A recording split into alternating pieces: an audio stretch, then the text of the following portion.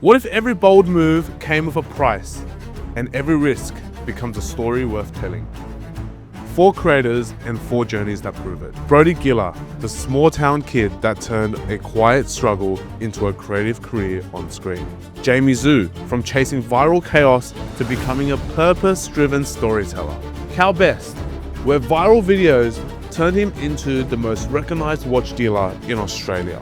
And Winna Bhun, a creative and innovative and extremely planned meme maker whose 95 million view moment changed everything. They broke the rules and found out what worked on social media, so now you get to learn from them.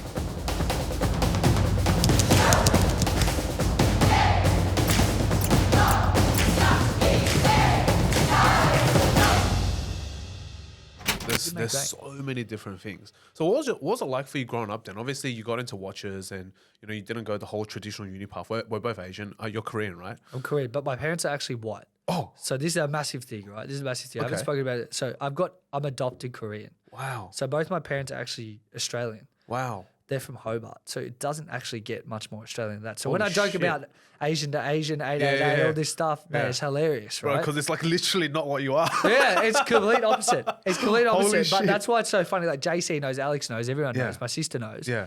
It's also funny, but I Is play your, at sister, it. is your sister white or Korean sister? Korean, sister. but she's adopted a different family. Wow. Yeah. So Holy it's shit. a big thing, man. Yeah. And that's why my upbringing's so different. Yeah. Right? I didn't have your traditional Asian upbringing. Yeah. How was that actually? Let's talk through that because that's Yeah. so interesting, man. Yeah. So I guess, man, my parents are pretty Australian. Like it's a very Australian, like you have a barbecue, this and this. Like Full it's shrimp on the Barbie style, man, fucking Aussie as BBs, literally, that's it. Yeah. 100%. Like my cousins, Yeah.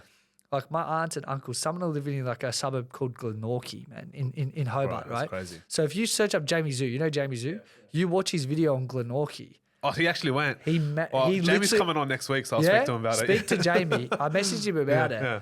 Speak to Jamie. He literally, he'll tell you about Glenorchy. Fuck. That's where my parents grew What up. a So it's suburb, mate. literally like Wow. a super, super white Australian suburb.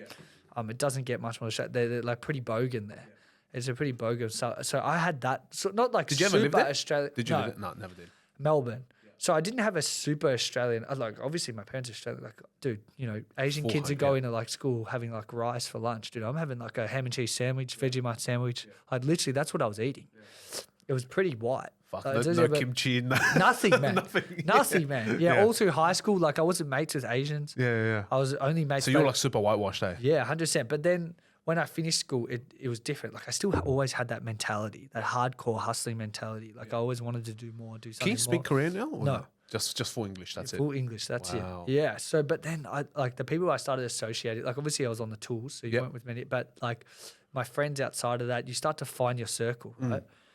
Which is a big thing, finding your circle. And I just found that like the Asians were hustling a little bit different. They were doing, business was a little bit different with them, and that's sort of what I fell into, I guess, for the last 5 years. Yeah. Wow. Yeah. That's a crazy story, but I had no idea you were adopted. Yeah. Did you get adopted very early on? 7 or? months. 7 months. 7 months old. Yeah. That's insane, man. It's crazy. Yeah. Wow, what a story. That's really impressive. So your upbringing was very white then. So no real focus on like education, no like tiger parenting, none of that. My parents were very, I like to play sports. I'll be honest, school wasn't for me. I knew very early on. My parents probably knew very early on that school wasn't for me. They didn't force me to do anything. Which is great. Yeah, I think that's they actually sort of really just, they're like, look, my parents used to say, we just want you to do your best. Like whatever your best is, that's what we want to see from you. If Right, that's great. you're putting it on the line and putting it on the table, going hard, that's it. And we'll support you whatever you do, whatever it might be. So I got a job. That's why I got a job straight out of high school. I didn't want to go to uni. They didn't care if I went to uni. But my dad was very much like, if you're not going to go to uni, you need to do something. You're not just going to sit here at home and do nothing. So that's why I had 2-3 jobs. And my parents are very supportive. They didn't really, as long as you're doing something that you think you can make it work, we're happy to just support you and you go and go and do that. Yeah. It wasn't very like, JC talks to me about his upbringing, you hear Alex's upbringing, their parents are very involved in their life. It's very, very, very like you're going to uni. If you don't go to uni, you're either making bank or you're doing disowned, something. bro. That's it. Yeah. Fuck off. That's it. Essentially, Yeah. and you get surrounded by like a lot of the Asian clients that I have that their parents' mindset is very much like that. So yeah, I definitely didn't have that sort of upbringing though. Fuck. Yeah. That's crazy, bro. That's Yeah. awesome. So what did your parents do when you were growing up? Like, are they on laborers as well, tradies? What do they do? Nah, so neither of them were into watches, right? And neither of them were a trade. My dad was in sales his whole life. My mum was in retail. Oh, wow. Yeah, so like she worked in retail, like David Jones. So my parents were literally like that. They're sort of your 9 to 5ers, go about their business, get their stuff done. Classic. Nothing ridiculous, right? That's essentially what I had for my whole upbringing. Yeah, wow. Yeah. Wow. And like they weren't, my dad's not like, my dad works hard, but he's not like hustling. He's not trying to do too many things. He's happy doing what he does, get his stuff done, have his weekend off, similar to my mum. So it's strange. Like I don't actually know where it came in where I was like, hey, I want to hustle. Yeah. Yeah, it's crazy. Were you ever surrounded by like rich friends or like people who had more than you? Anything like that kind of like triggered that with? Man, I'll be honest, like my friends weren't like, the school I went to, Templestowe's not a bad area. But I wasn't in circles like that. If you look back at my high school, I wasn't in circles. But that's why it's crazy. I think I just wanted something more. And then you just find your circle after that.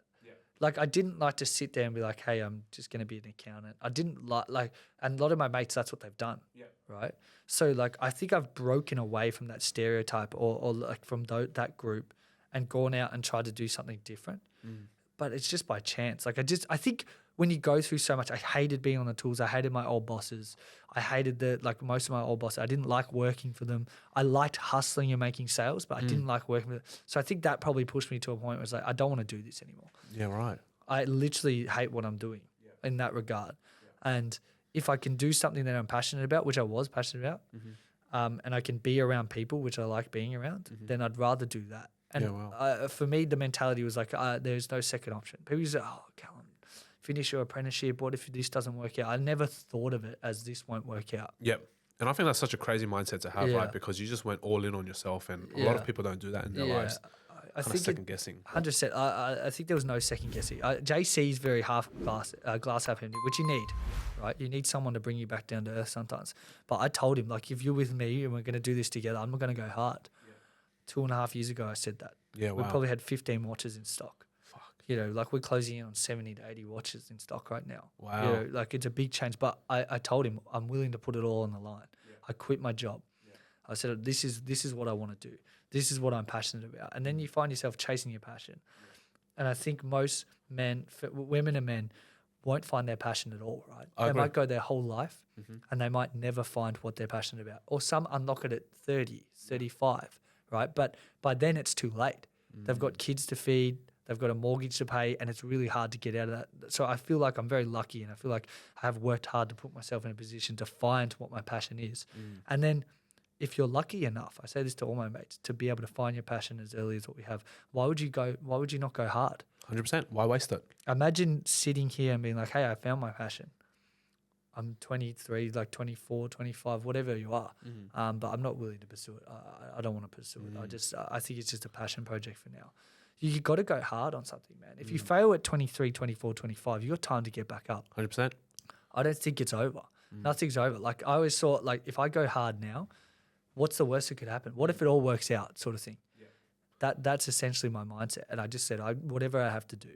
That's crazy. To get it going and to make it happen, I will. And I still have the same mindset. You asked me this mindset I had when day one, but it's the mindset I have now. I don't get complacent. You can't get complacent in a business like mine. You just you're either going to go hard or you go home. 100%. And in the watch space, and I've recently, or since seeing you guys, started getting into watches and really understand the watch world. It's fascinating. Like you see all the watch content from the New Yorkers as well, right? Yeah. So, you know, all of the Diamond District boys, they're like, you know, going hard on the social media as well. Like the Vukum, like generation, like it's crazy, right? So in Australia, there's pretty much there's you, there's Dimitri. Yeah. There's Jono is just all over the like all the pages and forums and group chats and whatever. Who else is there? I mean, there's a pretty established watch game now. I mean, after COVID, really you've got a lot of guys. There's a lot of players now. Like if you go on the Facebook forums, watch forums, it's flooded with new dealers. When I started, dude, there was like this watch stores, like The proper physical 80s, right? watch stores. Yeah, and then some secondhand dealers. Like you got some physical watch dealers in Melbourne, like Watch Time, European Watch Gallery. You know, these places that have physical stores. They've been there 50 years or whatever. And this is roughly pre-COVID, right? We're talking 2019, 2020-ish. Yeah, Yeah. This is pre-COVID. That's what you had, and then Sydney had your stores as well. Your vintage watch co's, these sort of things that had physical stores. Online dealers, you had like Nick and Steve from Watch Connect. You had a few other guys that were floating around, John Volgaris. These guys were floating around, but there wasn't nearly as much. So my competition just like I got in at the right time, right? Pre-COVID, prices had only just started creeping up. And you would have probably been one of the youngest people. I mean, that's a big thing, man. Being a young guy in this industry, you have to earn your respect. I agree. I think all the Gen Zs are going to know who you are off the bat. Millennials maybe go, what the fuck? Who are you talking to? But the Gen Zs are definitely, they know. Yeah, and it feels weird because it started as a joke for me, sort of. It started as, and it still is very casual for me. Like I spend half my time doing my channel, which is fun, and then half the time scaling other businesses and helping them with their socials and other creators.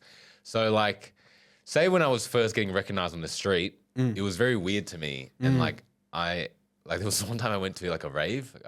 I don't actually normally go to raves, but I went to this rave and then someone was like, oh, can I get a photo of you? And I was like, oh, what the fuck? Sure. And they wanted like the stage in the back. So I turned back this way. And when the flash went off, like 20 others ran up to me. I was like, can I please get a photo? Oh, shit. Celebrity moment. Yeah, well, yeah, I'm nice to everyone because I feel like, I don't know, for myself, when I see a celebrity or influencer or whatever, I feel like we're all human, bro. You know what I mean? It's not that deep, but I try to be as nice as I can. But it made me realize, like, fuck, every single digit on our phones when we post a video is one human. Yeah. You know what I mean? Which is crazy, bro, if you think about it. Because what's your biggest video? Like 30 million views, 20 million views? 95 mil. Okay, I sold you short there. Come on, man. 95 million views. Yeah, it was 95 mil. And this was like 2 years ago. Yeah, which would have been massive. You probably dominated, 10% of the entire app, bro, at that stage. Yeah, and everyone's seen it. And I had like Dan Blazarian liking my video and it was just like worldwide. And that was only my channel. And people, back then, people would just steal your videos. And like Lad Bible posted it, like every other meme page posted it. So no credits as well, right? No credits. So it's probably, I'd say like at least 200 mil. That's crazy. Yeah. What video was that? It was me pranking my mate, full scripted. Yeah. And it was full like scripted, yeah, as they all go. Yeah. It was a calling video. It was like, oh, hey, bro, can you pretend to be a Chinese man? Yeah. And we were in Kmart. And that was when I was still very involved with my work life. Yeah. And the TikTok was a meme. And I'd be like, after work, be like, oh, let's go fucking film. This will be funny as fuck. Yeah. And let's go film it. And then I just woke up, like, refreshing it. And every 5 minutes, it'd be like a mil, another mil, insane, 3 mil, 4 mil. And your phone must have been fucking overheating. It was fucked. And it shut down. Oh, shit. I was trying to go turn Instagram notifications off, but it glitched. And my phone, like, was full locked for ages. Holy shit. Yeah. It literally cooked your phone. It cooked my phone. That's insane, bro. Yeah. How did you feel the first time you opened up the app and it was like, bro, what the fuck? Is this a glitch? Great question. Yeah. That was actually one of the most like pivotal moments in my life, I'd say, because it's not like I made it, but it was like, bro, like any creator can relate. When they get a first big video, it's such a high, right? And I've already felt highs, but this was something else, bro. Yeah. Like sometimes I'd put my phone down and it would jump another 10 mil. Yeah. And I'm just like, holy shit, like I did it. Like, that's, you know what I mean? I couldn't sleep that night and I was getting heaps of brand deals, whatever. Oh, really? Just off that one video? Yeah. And really interesting offers. And it made me realize online, like how intricate ways of making money are. And I had like offers to pin comments. Yeah, right. I had like link in bio offers. Wow. So Tan wanted me to do a link in bio and offered like 10K, which I didn't take at the time. Yeah. That would have been a lot of money back then, right? Yeah, that's heaps. That's a huge deal. That's 10 grand off one video is insane, man. Yeah, and I was new to like social media, so I was like, fuck, 10 grand for me going to edit caption and tagging Tan. That's nuts. Yeah, and that was like, shit, I think I could make money on this app. And that was what, 2 years ago, right? Yeah, roughly 2 years ago. Yeah. Wow, and that was in the middle of your corporate career, essentially, at that stage. Yes. Jeez. So I am supposed to be an engineer, and then I sacked engineering because I didn't want to be on construction sites. Because I did traffic control for years too. So I've always had these random jobs. I was doing traffic control, and I was just thinking, fuck, do I want to spend the rest of my life like on these construction sites? Like hell no. And then I got into recruitment. So I was recruiting tech. So software engineers. I did it's like a very niche, but it's like cloud engineers. So That's exactly what my best friend does right now. Oh, I swear to God. Yeah. He No does, way. Yeah, that's right. He does that for high security clearance people for the government. That's so cool. Yeah. So really interesting. So I absolutely understand. Oh You know, yeah, it's bro. so- I was it's doing like crazy. migration, so recruiting freelancers to do on-prem to cloud and do like GCP, Azure, AWS cloud, and all day I'd just be calling random engineers saying, Yeah. bro, leave your job, Yeah, like yeah. join this company, Yeah. and then make a cut off their salary. 100%. That's then- recruitment. Yeah. And then I was just doing that, and I was like, I was over it, bro. Sales is Mm-hmm. just like, I don't know. It's like, yeah, it makes money, but it's a bit like, do I want to spend the rest of my life? I don't know.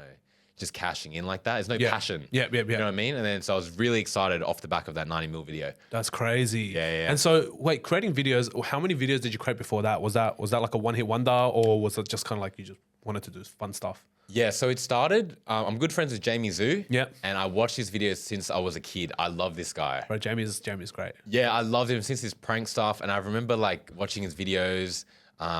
Just like, I just admired that, you know, and especially because he's Asian. And then fast forward, like just randomly, it just became his mate through mutuals and whatnot. And I'd be sitting with him and I'd be seeing his brand deals. Yeah. And I'd see like whatever, like 50 grand from, I forgot what company, to make a video. Yeah. And I was just like clocked off work, fucking calling all day. And I see this guy get 50 grand. Yeah. And I'm like, fuck. I could do that. That's how it started. And that's crazy, right? Because 50 grand for a video is insane. Obviously, a lot of people that are not in the influencer space will look at that and be like, holy shit, that's a lot of money. But in the influencer space, that's very common for the big names, the A-list social media guys. Literally, and you would have seen heaps of that, like how big the brand deals get. And I basically saw that and I got obsessed with it. Like I have an obsessive personality since I was young. Like I'd always have hobbies that I just can't shut off my brain. It'd even be like playing games or something, like it's bad. But I got obsessed with TikTok, and every day after work, I would just post videos until like 2, 3 a.m. across multiple accounts. And I posted 4,000 videos in a year and a half. How did you do that? 4,000, it's 365 days in a year, 4,000 videos. You're talking almost an average of 10 videos a day or more, 11 videos a day. Yeah, and I'd do Jesus. like every sort of video, like just me talking about random shit. I'd be playing piano. I'd be editing other people's videos. I'm not even in it. Yeah. And over that year and a half, I just fully worked out like how TikTok and the short form platforms work. And it's just a machine, bro. Like it's just an algorithm and you just got to hold attention. Wow. And it's actually not that sophisticated. I think most people's issue is they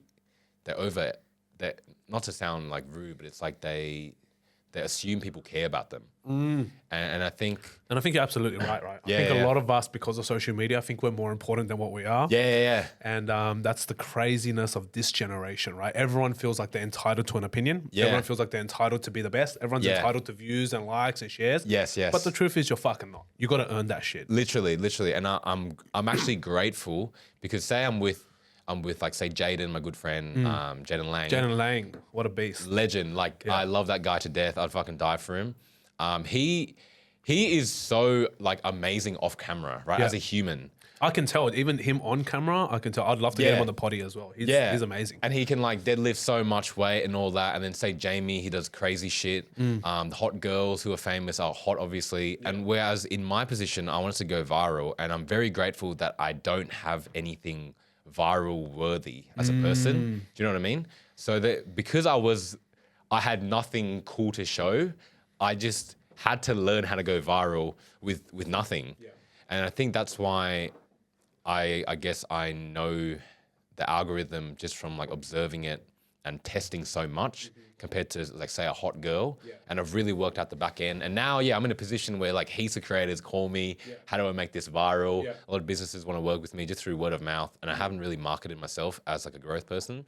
But I fully believe like it's something I love so much, bro. And I love making videos and I think I full worked it out. And now I'm just like having fun with it and just like helping other people grow their accounts and push businesses. That's it. Yeah. That's awesome. And when did you kind of leave your career of an engineer? When was that? Bro, I actually sacked it instantly. Oh, really? Yeah. Off the bat of the 90 mil video? Dude, I haven't even finished. So I finished the degree. Yeah. And I'm supposed to do 90 days worth of industry training. Yeah. And I still haven't completed it. So you're technically not graduated. No, and this is the biggest thing like my dad hates me for right now. Yeah, he's like, bro, you're so close. Just do the 90 days. Get the paper.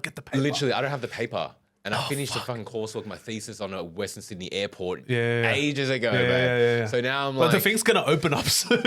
It's like, bro, oh, is it? I think so. Oh, It's shit. almost done, bro. Oh, that makes me feel old. That's fucked. Yeah, bro. Yeah. Because of your mum's situation, or was it kind of like your soul searching? Everything just fucking just compacted at the same time. What was that like? Bro, it was nuts. I think that what it was the fact that it was almost like my whole life was like just catching up with me. Yeah. You know, it was like all these things I was constantly searching for, these buoys, these materialistic values that I'd instilled in myself to perceive the fact that I'm worthy to all these people. Even my dad, just caught up with me. And That's that's why, huge psychological trauma, bro. yeah, massive. You know, imagine like the burden. And I'm not saying that I'm anything like special or anything, but like we all have our problems. We all have our burdens, things from the past, whatever. But it's like, it just caught up, bro. It just massively caught up. And I think what happened was, my mum going to hospital really was like the catalyst for the downfall. Yeah. But like at the same time, bro, like looking back, like I believe that it was all orchestrated for a good cause. Yeah. And so what happened was, my mum was in that dire situation. Yeah. And me being like the only son, you know, at the time, as I told you before, I never learned how to deal with things as a man. I had no idea because I wasn't taught. Yeah. So I was always like overly emotional. I was always like a victim to my feelings. You know what I mean? Like that's how I was just raised. Yeah. Not saying it's my mum's fault, or it wasn't. So let's say you're more like raised as more of a feminine man, right? Correct. More of a feminine man than a masculine man. Correct. Yes. Because I didn't have my dad there. So Yeah, that's right. It makes sense. And obviously that's how parents' impact is so important to kids. exactly. And I didn't know until like after this that that's how I was. Yeah. And so yeah, I was very feminine. I was very like just emotional. Couldn't deal with it, crying all the time and stuff like that. Crying on like the girl's shoulder kind of thing. You know? Yeah. And so that's how I still was when my mum was in hospital. Yeah, right. When she recovered, through the grace of God, you know, it was obviously a great news. But it was almost like this weird, like just numbness I felt after that. It was almost like I got worse after she sort of come out of hospital. Yeah. And When so did she come out of hospital? 2021? so it was all you could say like December 2020. Okay. Wow. All in one go. Yeah, all in one go. So the diagnosis like last week in November, she was in Yeah. hospital next week. Yeah. And then No. it was in Sydney, it was COVID lockdown. I'm pretty sure it's December or Something like that. Yeah. Straight away. And the thing was as well, it's like my escape route during like any hardship was just like birds. Yeah, that was my thing, right? That was your bias here. That was my vice. And so I started to like, you know, and I'm open about this stuff. Like I started to sleep around more, go books, you know, like just to get that fixed to just escape my problem. Do you think that was like kind of filling the void for you, as in like, you know, you just want that recognition, that feeling that you were important, that sort of stuff? Yeah. It didn't work though. Because you're just trapped down like a rabbit hole. Yeah. But I believe that like that's what would fulfill me and get me through it, but like just made things worse. Yeah. And so like I just kept doing that, right?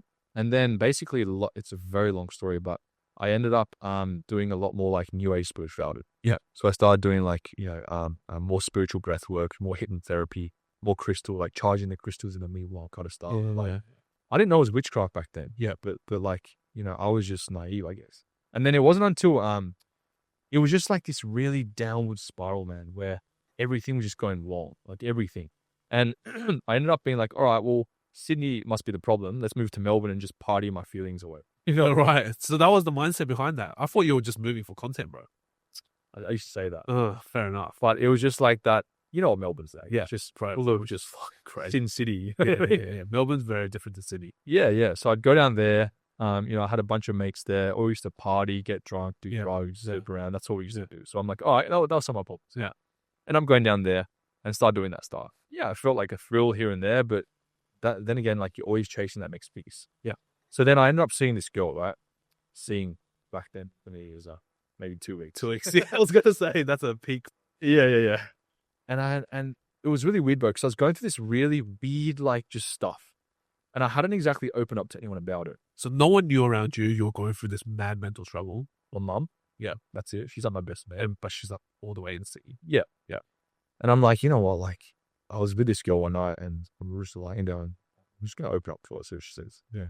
And I go, hey, like, I just want to, I've got no one to talk to. Like, I'm being judged. I don't want this to get around, you know. But, like, I'm going through this. I don't know what to do. Oh, that's sorry to hear that. She goes, have you ever heard of a thing called Reiki here? Yeah. I'm like, yeah, I have actually.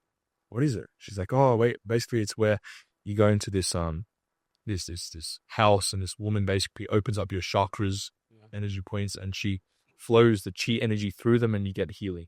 You know, like, oh, it sounds pretty good. Yeah. She goes, yeah, you know, my family and I have been going to this one woman for a lot of our lives, and she goes, this woman is so powerful, but sometimes all the car sirens go off from the street. I'm like, yeah, sounds good. Sounds great. Yeah, that Sounds fun. great. Yeah, it sounds great. And bro, like this one decision that I've made, turned out to fucking be the worst decision I've ever made in my entire life. And so what happened was a couple of weeks later, I go to this woman, and this is a 3-hour story, just but like We'll save it for part 2. yeah. But essentially, yeah, bro, like I went to this woman, and she's a Reiki healer. Yeah. And basically what happened was I walk in the door, and it's weird, right? Because I remember so vividly. I walk into a house. You know how like when you're with someone, say you're hanging out with someone, get a vibe off them. Yeah. Maybe they feel make like you an energy, an aura. yeah, like an aura. Like maybe this person's like really like quiet, so you feel a little bit bored, and like you're the talkative one, but you can get an energy off them. Yeah. Or maybe someone's too over empowering. You feel a bit like you're like shut up. Yeah. The reason I'm using this analogy is because when I walked into this house, it wasn't the woman. Yeah. But the house had an energy to it, which like literally like hit me in the face. Like I walk in and I felt this. I've never felt this in my life. This energy hit me in the face. Spiritual pressure. Yeah, bro. I didn't know what it was. But it was almost like if you walk into like a temple and you feel like this spiritual thing, right? And it felt nice. I'll be honest with you. It felt nice. And so I walk into this room, right? And I'm like, whoa, that was big energy. What the heck? And she goes, hi, yeah, my name's... I come sit down. And I sit down. And she's like, all right, you know, we're going to start the process. So what we're going to do now is we're going to start like relieving, what you call it, past trauma. Yeah. I'm like, all right, how do we do that? She's like, all right, close your eyes. And then she's like, oh, and I'm sensing you've got like some anxiety, some like anger, resentment. Yeah. We're going to reduce that right now. Okay. She goes, I feel like your resentment or your anxiety is like a 7 out of 10. Am I right? And I'm thinking this chick's crazy. Like, I don't know what you're on about. But like, no, I don't think it's 7, but I'm like, sure, yeah, well, 7. All right. And she counts down. She's like, all right, now it's a 1. Am I right? I'm like, yeah. yeah, it's a 1. I'm like, this chick's a professional, bro. So I'm just going to validate her. And so she kept doing that. I'm like, this isn't working. Then she like looks around me. She's like, oh yeah, I can, like, she starts fortune telling. She's like, I think you're going to meet a very special woman in 3 months and this and that. I'm like, all right, bro, like, is this Reiki or is this you being that rich and live with my life or something? Yeah. And she goes, all right, now we're going to do the Reiki. I'm like, all right, good. And so she basically walks me over a couple meters to the left and there's like a massage table. Yeah. She goes, lie down here. We're going to start the Reiki here. And I lie down and bro, all that happened was for 45 minutes. Yeah. She put her hand on the back of my head in this shape, like a triangle like that. Yeah. 2 hands for like 15. She put one hand like this on my chest, like that. And then for the next like 15, she waved her hands around here. I didn't feel this bugger. Yeah. But when I was in this session, I almost went into like a trance. It was really weird. And you were face down, right? No, I was on my back. Face up. Yeah. And I'm thinking like all these weird thoughts start coming to my brain. Like, yeah, what the hell's wrong? Like I'm in like a dream of some sort. And I'm feeling just this really weird sensation with my girl. And so after it, she's like, all right, we're done. Come out of it now. I feel a bit off. She goes, oh, that's part of the Reiki. You know, just drink some water. You'll be spit. I'm like, no, you don't understand. Like, I had these really weird, dark thoughts. Like, what's that all about? Oh, it's just you. You know, you're experiencing this and this is who you are. It's beautiful. I'm like, no, bro. Yeah. If you knew what I was thinking, it's not very beautiful. Yeah. She's like, you know, just tell me how you are in a couple of days. So I leave this place. And I remember driving home, right? And it was on the very day I had to move into my new apartment. So I had to go to Domain in Melbourne QB to buy a pillow. Yeah. Yeah. And this is how you know the story is real. Yeah. And I'm there and I'm just like, bro, I just feel so weird. Yeah. I can't describe it, like I'm in a cloud of some sort, like I'm quiet. I don't know what's happening. Yeah. And I get home, right? I move into this apartment and I'm shut the door. I'm like, what the hell? It's hard to describe, but you know how when you burp, it comes from like your digestive tract. Yeah. I felt like there was this thing that just randomly appeared. It was like a fist, like a ball like this in my chest that I had to burp out. But the feeling was like just the worst emotion you can possibly think of. Really? Just horrible, bro. Like you can't describe it. And that day I got invited by 2 of my friends to go play tennis. No, I can't come, boys. I think, well, yeah. Anyway, I go to bed early. And as I'm sleeping, bro, I can't reveal a lot of this, by the way, but like it's just poor. I go to sleep And I get my head on the pillow, and bro, these freaking demonic thoughts start hitting my brain. I get these weird visions of this. I can't even say it. Yeah, camera. Yeah. Just weird stuff. Yeah, just hitting me, and I'm like, what is going on? Like I've never in my life had these visions or thoughts. These aren't mine. This isn't me. I'm freaking out, bro. And that whole night, I can't even say what happened to it. Just yeah. I wake up next day. I'm like, what is going on? And then I'm like basically like driving around trying to do things in my day. And these thoughts just keep hitting my brain. Do you know what happened, right? When I would say like, get away from me, whatever this is, you know what happened? Yeah. I would literally feel a physical stab into my heart and into this area. Yeah. Like physically stabbing me from not wanting the thought. Right? Yeah, like a burning sensation, like it's and it was so weird because then come back, I wouldn't say go away. I'd be like, yeah, all right. And I'd be like, I don't want this.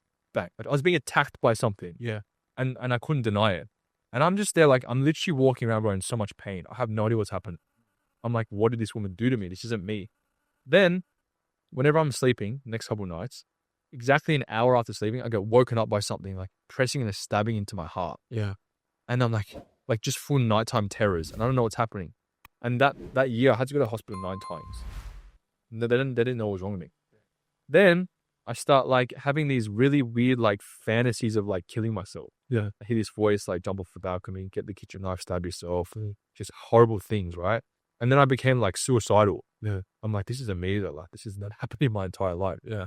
And then every morning I'd wake up and I'd like have a tantrum in the mood. I'd start throwing things, like shouting, yelling. And I'd go message my mom who was in the secret saying, ha ha ha, like really evil. Like, Yeah. I'm going to kill myself today. You're going to have no son, this and that. Like, fuck, dude. It was just horrible, bro. Bro, your mom would have been gutted every single time she got a random text like that. Yeah. So, are there any other complications for you, obviously, besides the brittle bones side of things? What else happens? Yeah, so you can have problems with my lungs. Yeah. Obviously, with the way that my spine is built, my So, heart. is your spine like bent, shaped? Like, what does Yeah, it bro, come I with? got it all, man. Really? I got scoliosis, that's the Yep, S shape. I yep, got yep. lumbar lordosis, which is a forward tilt of the So, like pelvis. the forward tilt. Okay. Yeah, yeah. So I got that. Problems with the heart, so I get like a regular heartbeat, which is great. Blind as fuck, as you can see. We get a thing with a sclerosis, you know, the white around your eyes can turn blue as well, which is crazy. Cool. Brittle teeth, so my teeth are kind of see-through. Hearing problems, just All sorts. all sorts, man. It's great fun, good times. Nice. Sounds very fun. Yeah, good times. And you were mentioning as well because you drive a Subi as well, right? So Mitsubishi, man, Mitsubishi. oh, it's a Mitsubishi. This guy. Sorry. I Nah. thought it was a Subi. Sorry, because you were mentioning the other guy as well. So yeah, you drive a Mitsubishi. Obviously with your car, right? And I'm sure a lot of people would be super curious about this sort of stuff. How is it customized for you? Like what? How does it not. work? Is it not? Nah, Wait, man. so it's still standard configuration? Yeah. So you know how when I said I do what I can to make things work. Yeah. So I just put a pillow under me, pillow Yeah. behind me. Yeah. All good to go. Shout out to Kmart, $12. Wow. Yeah. Fuck. No way. I thought you had like custom pedals or something as well. It's Tiptronic, luckily enough. Okay. Yes, there's no clutch, but I can drive it like a manual. But right. if it was manual, I wish it was. Then I'd need like an extension for the clutch. That kind of thing. Right. And so do you have an extension for the brakes and stuff like that? No. Nah, man. Oh wow. So you can fully toes. reach everything. I'm like SpongeBob with his toe out the shoe, bro. Oh, well, there you go. No way. Yeah. So that works out well for you. How else has the rest of your life been? Obviously, you know it's going to be very, very different, right? You'd walk into any place and everyone can tell that you're a different person. What's it been like? You know, do you face a lot of judgment? What has it been like? You know, trying to get jobs and all that sort of stuff. Oh man, I don't know about you, but Australia is like a whole different ball game when it comes to judgment. You know, like in New Zealand, when I had a girlfriend, as an example, like I'd be like holding hands with her, walking down the road, people would yell out and cheer and whatever, like nicely. Right? Really? Yeah. Yeah. Occasional like fucking midget out the car, but that's a given, right? That's a given from like a beat up 2001 Pulsar. But like in Australia, it's whole different. Like it's whole different. I get scummy looks every day. Really? Like every single day. People look at me, laugh. A lot of ishays, man, but ishays. Yeah, of course. That's what of they're course. like. A lot of kids, but when it comes to kids, like I get it. You know, they don't understand. They're curious. Yeah. So I'll never get upset about that. But when it's the parent that does it too, then that's where I kind of am a bit funny about it. But yeah, anyone gets judgment, you know, especially on, fuck man, like social media, Instagram. course. Instagram is a cesspit for it, you know. Of like, course. Yeah. Wow, fascinating. So that must be really interesting living life on a different set of lenses, right? And you also do creative work as well. So, you know, you'd understand that from a creative point of view, your life must be very, very different as well in terms of everything that you're doing. You know, you're an artist, and what sort of music do you produce? Would you say? So I make hip hop. Yeah. Yeah, hip hop, kind of like bedroom pop mix as well. Yeah. Yeah, and you do all your production yourself, filming yourself, or what's that process like for you? Nah, so for the filming, I've got a team. Main director is a guy called Chris. Shout out to Chris, and we've got the filmer Andrew and everyone else involved with that. Big team, big team, which are great. They really support me. With music, I got a home studio, so I record, mix, master, engineer. Only thing I don't do is the beats. I'm not wide enough to be able to produce a beat. Yeah, Yeah, fair enough. real hard shit to do. But yeah, everything else I do myself. Yeah, nice. Yeah. Nice. That must be what kind of like drove you down that creative pathway then? Like what made you want to do that? It's real interesting. So I started doing like graffiti when I was like 13. Yeah. Bro, I was like a fucking menace in a wheelchair tagging up in broad daylight, bro. I Oh didn't yeah, because care. you were 13, you were in a wheelchair. Yeah, Wait, so yeah. how does that work? How do Yeah, you bro. tag Seriously. buildings and stuff, or tag anything? So I used to carry like a spray can between my legs. I'd pull up to like a dumpster and I'd be like all city, like on these dumpsters and all that kind of shit. I actually still paint. I still do graffiti today. Well, did the cops ever catch you? So you had Yeah, to, like, roll away and been run caught away? once. Yeah, in my wheelchair, bro. Oh my god. It's a funny story. Me and this guy called Kadem, if he watches this, he's going to laugh. But we tagged up the Civic Theatre in my hometown. So it's like the big like theatre from like the 1800s. Yeah. And we done it broad daylight. We're like boosting it home. Yeah. And the security guard pulled up to the car and he's like, you guys are the ones tagging the Civic Theatre. Get your cans out now. We won't call the cops. And we looked at each other like, okay. Yeah, Pulled yeah. out the cans and he's like, right, call the cops. Yeah. So I got busted for that like a fucking idiot. I've had to leg it a couple times. Yeah, legged it a few times. This is when I was younger. I'm not like this anymore. Just point that out there. Legal walls only.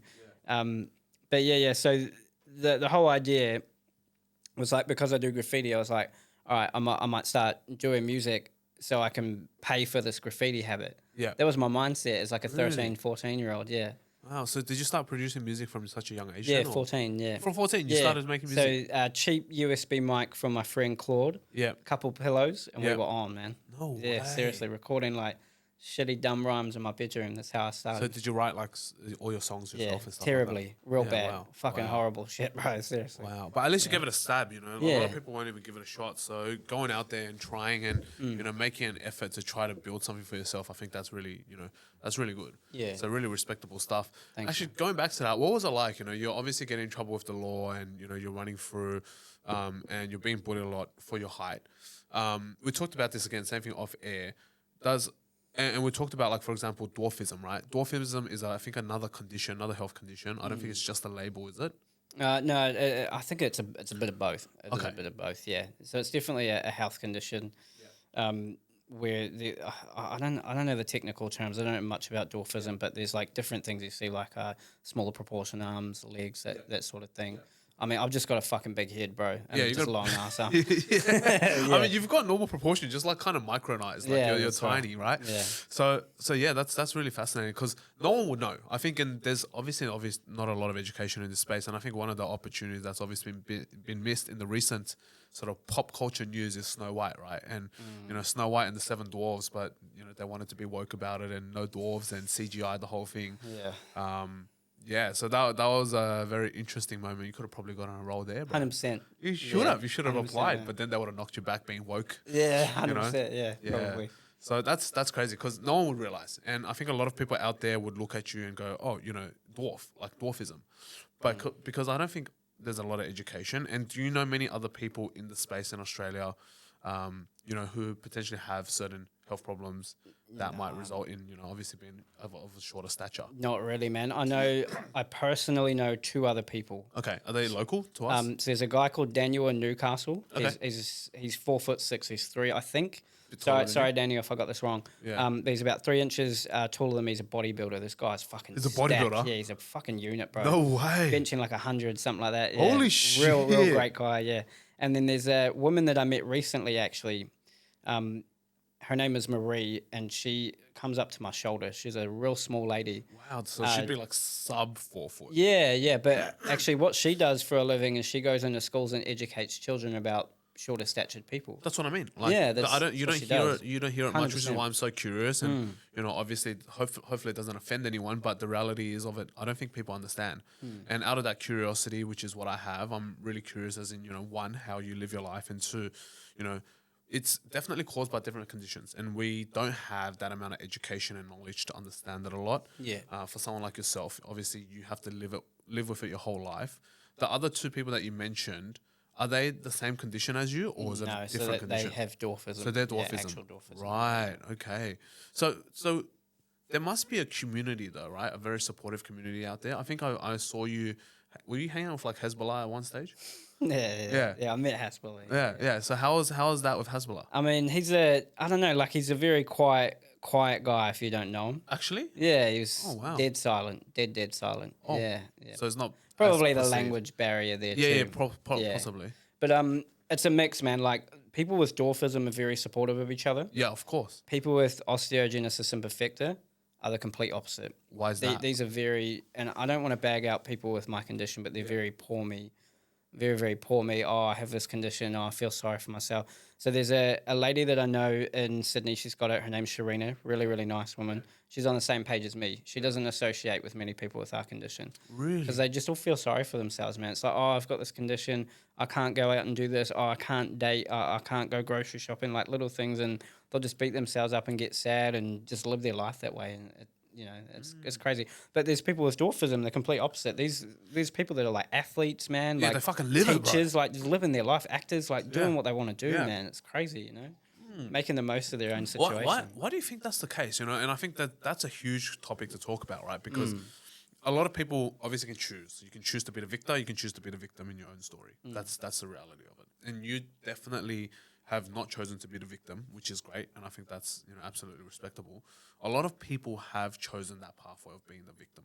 What do you think separates you with them? Because you haven't been given the best hand of cards. My mum. I hope you have enjoyed that episode of Point 01. Make sure you subscribe to our YouTube channel and follow along on all our socials at Point 01 Podcast to watch all of the shorts again. We release an episode every single week, and we hope you will join us as we continue to explore the minds of those who make up the 0.01%. Until next time, keep hustling. I'm your host, Alan Fu. I'll see you on the next episode.